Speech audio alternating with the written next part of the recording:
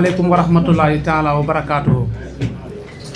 ginnaaw bu ñu leen nuyoo ziar leen di leen ñaanal jàmm di rafetlu liggéey bi nga xam ne honorable député Thierno Alassane Sall def na ko ku nekk xam na ni coow li diire na ñaari at ci démb bi xaalis bi génnee ci banque bi dugg ci compte espagnol yi ba léegi diire na ñaari at yi nag li Thierno wax li koy dëggal mooy dañu àndoon ñu jóge fii bi ñuy déparé Mbour laa ne ko nañ seetlu Mbour ba Kédougou gisuñu fi luy nuroog dépôt bu AAPO Espagne teg wane na damay électrifier fii wala fee ñiy liggéeyee ci port bi amul kenn ku la mën a wax ne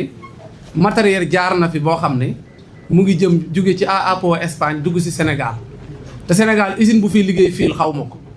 li ñuy électrifier usine bu ko fii liggéey xaw ma ko xaaj bi yëpp dañ koy importer kon nag mënuñu koo importer mu dugg ci dëkk bi douane du ko gis kenn du ko gis ñu ñuy gëmloo ne électrifier nañ ay village loolu moom du dëgg man ba tey jii fii ma toog di wax ak yéen dama jàpp ne xaalis bi du juróomi dërëm buñ ci électrifier fii Sénégal loolu laa mës a gëm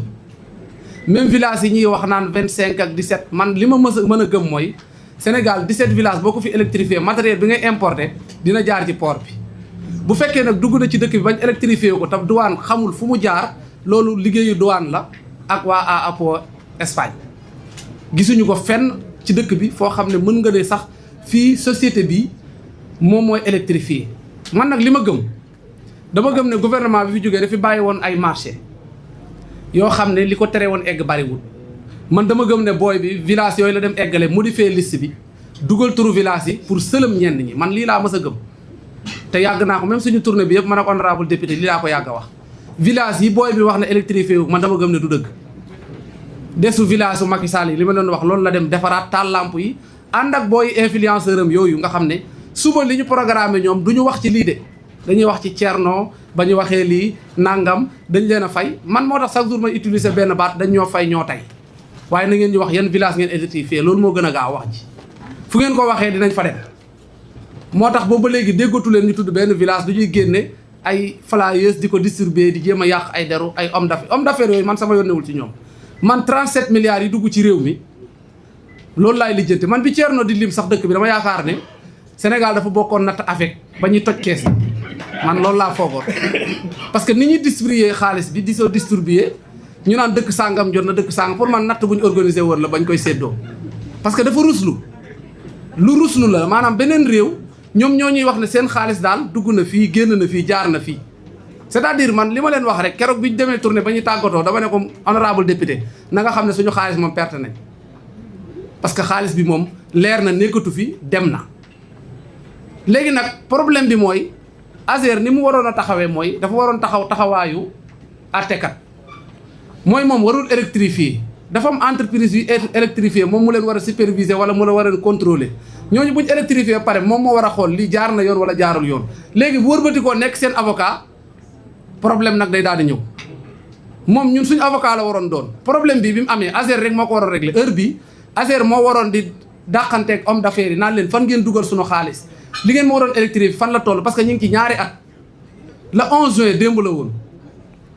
muy ñaari at yoo xam ne xaalis bi génn na xamuñ fu mu jaar loolu moo doyoon ASER liggéey sëkk ak sans missel mais yii muy wax nii doyu ko woon liggéey problème bi nag mooy justice Sénégal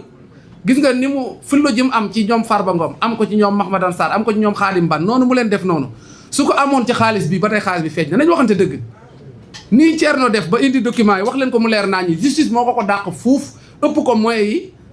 lépp mën na ko commission rogatoire mën na ko def fu ne lijjanti sunu xaalis dañ ko bëggul lijjanti dañ waxante dëgg communiqué bi ñu fi def bërki démb dama ne fi ma jeexale dama ne baykat yi ñoom xam nañ dugub ak njëmb dañoo nuroo mais dafa mën a tas yaakaaru borom tool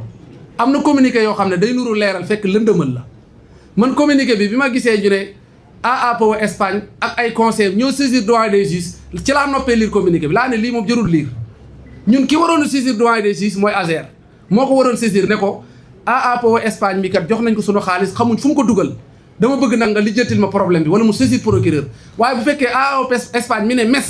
moo mën a saisir doyen des juges te ñun mënuñu koo gis ñun kon doyen des juges bi mu saisir rek koo mën a gis loolu day jur problème bu rëy rëy rëy sunu xaalis nag li góor gi wax sànq mooy dëgg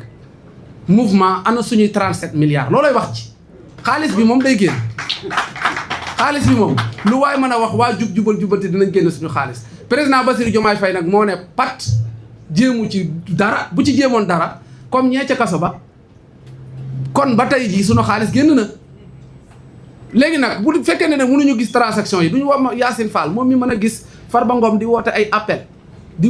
joxe ay chantier yu nekk bitim réew maam Yacine Fall mën a gis loolu yëpp mënul gis AAPO Espagne di yóbbu suñu xaalis problème nag day daal di am ci réew mi maa ngi leen sant di leen gërëm. Merci beaucoup. Pour terminer, on donne la parole à Honorable Sy pour vous placer quelques mots rek jëm jégal ñu di nuyu aussi présence sous les travailleurs du port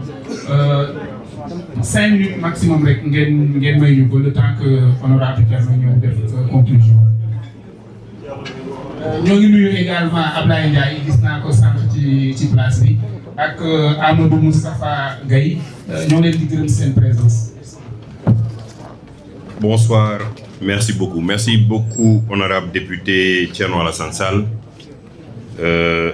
Vraiment, le travail a été très exhaustif. Je remercie, je suis venu aussi avec l'honorable Moussa Sarr, moi en tant qu'ancien député, parce que la question m'intéresse en termes de bonne gouvernance, mais aussi avec l'honorable Moussa Sarr, parce qu'il est question que l'Assemblée nationale se saisisse vraiment de cette question. On a vu que depuis plusieurs années maintenant, 3-4 années, l'honorable Thierno Alassane Sall a soulevé cette question qui est un scandale. Un scandale très grave parce qu'au moment même où ce document il était en train de le lire, il y a un de mes amis, Dr Bokoum, qui était en train de faire les vérifications. Et apparemment, quand il faisait les vérifications, tout ce que Thierno Alassane Sall a dit actuellement est vérifié. Donc il a fait une comparaison par rapport à la documentation qu'il a eue et je l'ai vu partager dans un groupe en disant que tous les éléments que Thierno Alassane Sall vient de partager aujourd'hui à la presse sont des éléments vérifiés. Comment quelqu'un qui a créé une structure au Sénégal qui devait faire un projet d'électrification a pu disparaître avec plus d'une cinquantaine de milliards. Qui sont les complices? Pourquoi l'État du Sénégal a toujours essayé de garder le silence et qu'ils nous ont mis devant nous un jeune qui nous a raconté du tout et du n'importe quoi. Aujourd'hui, cet état de fait est grave. On était là quand on a accusé quelqu'un, un maire, à nos 400 000. Jamais de preuves. Mais avec l'honorable Thierno Alassane Sall, on a eu des preuves palpables, vérifiées, traçables et avec des références claires avec la justice. Ça veut dire quoi? Ça veut dire que cette histoire, comme Mignan l'a dit tout à l'heure, que je salue, elle dépasse Thierno Alassane aujourd'hui, elle devient une question d'État. Elle devient une question pour tous les Sénégalais, pour qu'ils sachent exactement où sont passés ces 37 milliards et qui sont les personnes impliquées dans ces 37 milliards. Et c'est pourquoi c'est important, parce que des gens sont venus ici accuser délibérément des responsables, qu'ils soient des ministres, des directeurs, et n'ont jamais apporté une moindre preuve. Ils ont toujours montré un papier blanc en nous disant voici les preuves, sans jamais donner les preuves. Il y a une personne qui a l'art de faire ça, qui a toujours l'habitude de nous dire qu'il a les preuves des 94 milliards qu'on n'a jamais vues, qu'il a les preuves de Mamba Niang qu'on n'a jamais vues, qu'il a les preuves d'un tel qu'on n'a jamais vu. Mais Thierno Alassane a au moins mis le doigt sur les preuves avec la justice qui lui a retransmis tous les documents nécessaires pour qu'il puisse étayer ses arguments.